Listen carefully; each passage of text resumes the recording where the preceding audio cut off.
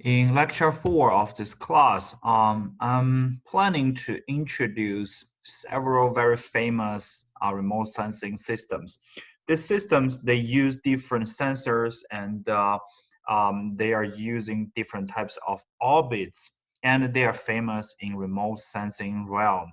And you should know them because the data sets collected by them are widely used in remote sensing applications and studies. Okay. And this lecture can be divided into 4 parts. Okay, of course, they are, these 4 parts, they are categorized based on the type of sensors.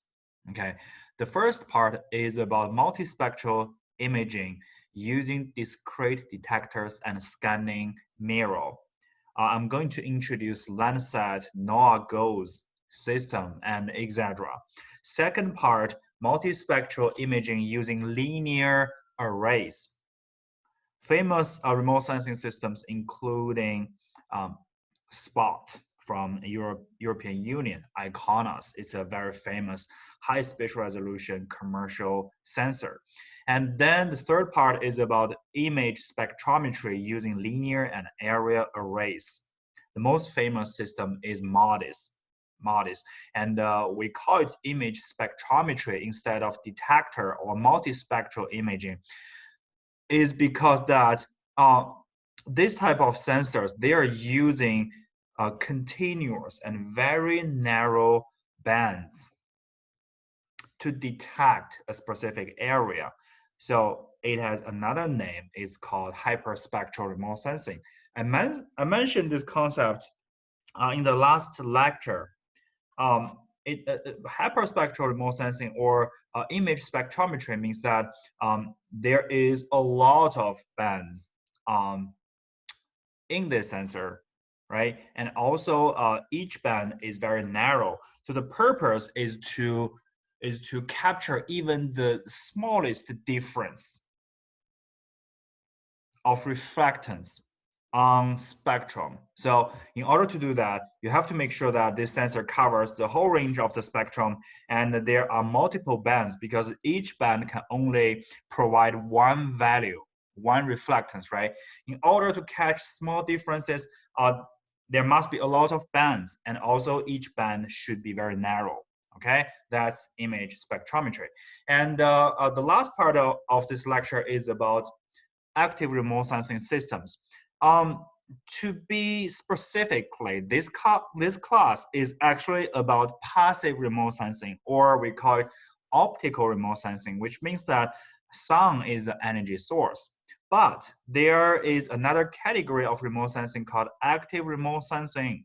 Active remote sensing. These systems, they are using sensors themselves as the source of energy. There are 2 subcategories in active remote sensing, which are LiDAR and radar systems. So I'm going to give you a very general introduction to them, but actually active remote sensing itself can be an independent class, but still it's a part of remote sensing. So I just want to give a touch, okay, not going too deep. Okay, and another thing I want to mention in advance is that this lecture is very special, and you will see that I will provide a lot of tables and a lot of figures of different remote sensors and remote sensing systems to show you the actual shape or appearance of sensors and also parameters of different sensors. So these tables, they speak for themselves. Simply data and facts. So I'm not going to explain each of them in detail because after all, this is remote sensing class, not satellite design or sensor design and manufacturing class. So we're using data collected by these sensors. We should know about them, but we don't have to go too deep. Or you are actually learning engineering instead of remote sensing. But you still need to memorize some key or important parameters of different famous sensors because you will use them if you are going to do research or if you're going to work in this realm. And don't worry about that. Important parameters, I have highlighted them in red. So you need to, how can I say, be careful and memorize all those content highlighted by red, but not all those data in different tables. And you don't have to remember to memorize specific structure of a satellite or of or a sensor. Okay. Okay, let's get started. So first part is about multispectral imaging using discrete detectors and scanning mirror. So famous systems I'm going to discuss include Landsat. It's a family. It's a satellite series. NOAA GOES and AVHRR sensors. So NOAA is the name for administrative agent in USA, right? It's responsible for the ocean and atmosphere administration in US. So they launched satellites, a lot of them, and GOES and AVHRR, they are two sensors. They are two sensors from NOAA, and also CVIVs. Okay. Similarly, in Landsat family, Landsat is a name for the program, or you can say for different satellites from Landsat 1 to Landsat 8. And here we have different sensors mounted on different Landsat satellites, MSS to TM to ETM plus, and ORI and TRS. Okay, so program names, Landsat, NOAA, and sensor names, MSS, TM, ETM, GOES, AVHR, etc., and etc. Okay, CVIVs is just another sensor here. Okay, Landsat satellite series. This might be the most famous Earth resources satellite family. It was initiated by NASA in 1967. Okay, so the first of the Landsat series was launched in 1972. It was originally called Earth Resources Technology Satellites, or ERTS-1, and then they changed the name to another one that can be relatively easily be comprehended. It's called Landsat, land resources, satellite, right? Landsat 1. So far there are 8 satellites, okay, in this family. Landsat 1 to 5, then 7, then 8. They are carrying a variety of remote sensing systems or sensors designed primarily to acquire Earth's resource information. Okay, you would ask, where is Landsat 6? Okay, there was Landsat 6, but it failed to reach orbit after the launch on October 5 of 1993. So it failed, so it's not there, and it has never worked. So we just ignore it, okay?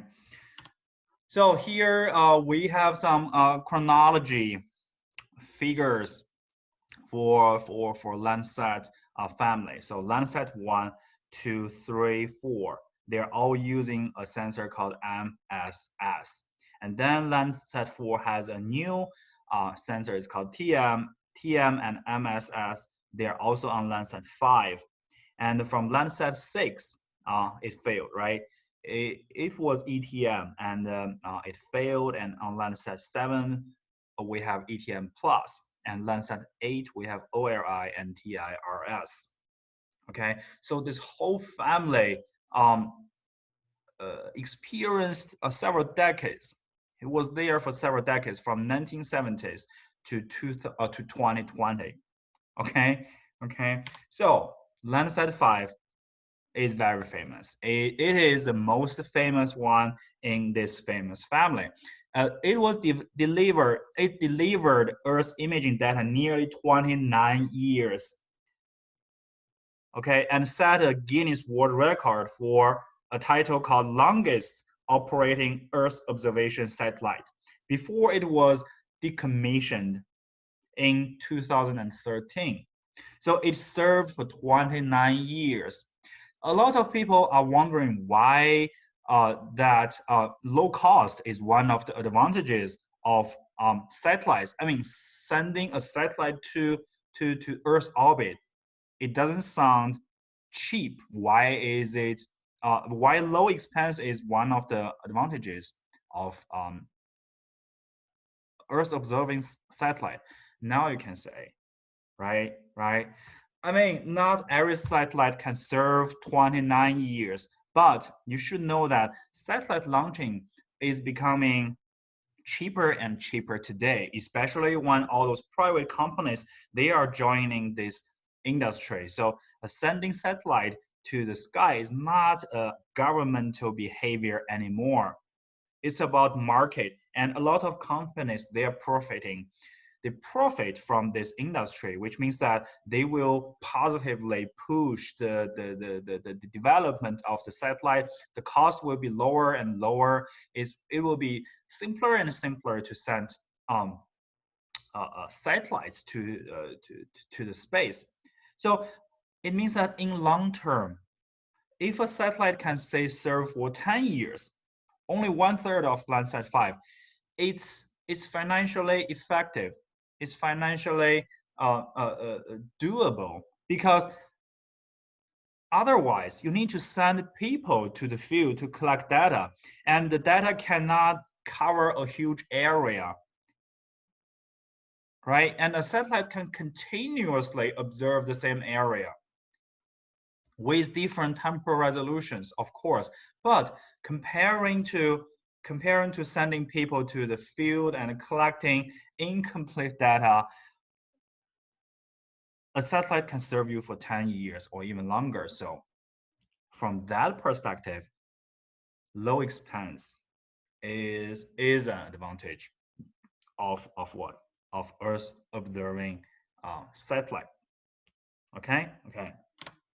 So let's talk about all those satellites in Landsat family. So Landsat 1, 2, 3. Okay, here is appearance and different parts of the satellite, and you only need to memorize that for Landsat 1 to 7, 1 to 3 satellites. The revisit time is 18 days, or temporal resolution is 18 days. Okay, here is the orbit of the satellite. Here is the plane of equator. Okay, there is an angle of 99 degree, and Landsat always wait 1, 2, 3. Okay, always visit a specific place at local time 9:42 a.m. So it's a morning star. Okay, that's a place on equator. But if you are living somewhere, with high latitude, okay, somewhere very close to North Polar, it's somewhere, it's somewhere around 12:30 p.m. Okay. And the orbit, right? Earth coverage 18 days. Orbits Earth once every 103 minutes. Okay. For each day, there are 14 orbits. Okay, 14 orbits, and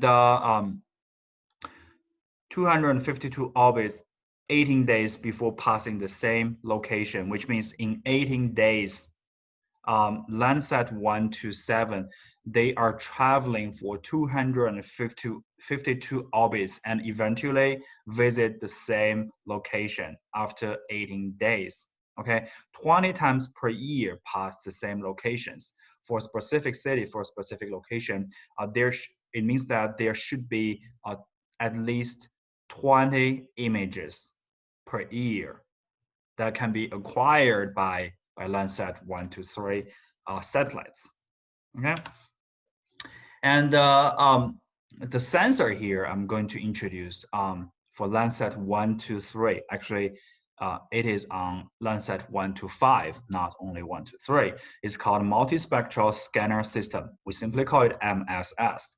Okay, the spatial resolution should be memorized. Is 79 meter by 79 meter, because each pixel is on a remote sensing image is always a square. So usually we simply call it 79 meter instead of 79 meter by 79 meter. So 79 meter is good enough. Okay, and the sensor is quantized to 6 bit. So what's the possible brightness value? Okay, 2 to the power of 6 in the early 1970s, and later MSS, because it was on 5 satellites, it was improved during these 5 satellites. So it then was improved to 8 bits. So there should be 2 to the power of 8 possible values for brightness value. Okay. And here we have different famous, not famous, important, say that, important bands from MSS. Okay. So on Landsat 1, 2, 3, MSS bands were band 4, band 5, band 6, and band 7. So they are for green light, red light, near infrared, and another near infrared. Okay, so here are the bandwidths. Green light, this is the bandwidth for green band. Red band, near infrared 1, near infrared 2. And on Landsat 4 and 5, MSS bands, they were band 1, 2, 3, and 4. So you would ask, where are band 1, 2, and 3 on Landsat 1, 2, 3? Okay, sorry, this should be band 1 to band 3. It's a typo. These bands were occupied by another sensor. It's called return beam Vidicon. Okay, so this sensor used the Vidicon tubes to produce images, just like old-fashioned TV before LCD and LED. So the technology was old, and it was there only on Landsat 1, 2, and 3. So then nobody uses it anymore. So you don't have to memorize it, but you should know band 1, band 2, and band 3 of Landsat 1, 2, 3. They were occupied by another sensor called RBV, return beam Vidicon. Okay. And then we have TM. It is the successor of MSS. Okay. It was on Landsat 5 and Landsat 4. Okay. The revisit time for these 2 satellites, of course, it was also the revisit time of TM, right? 16 days, 2 days shorter than MSS, right?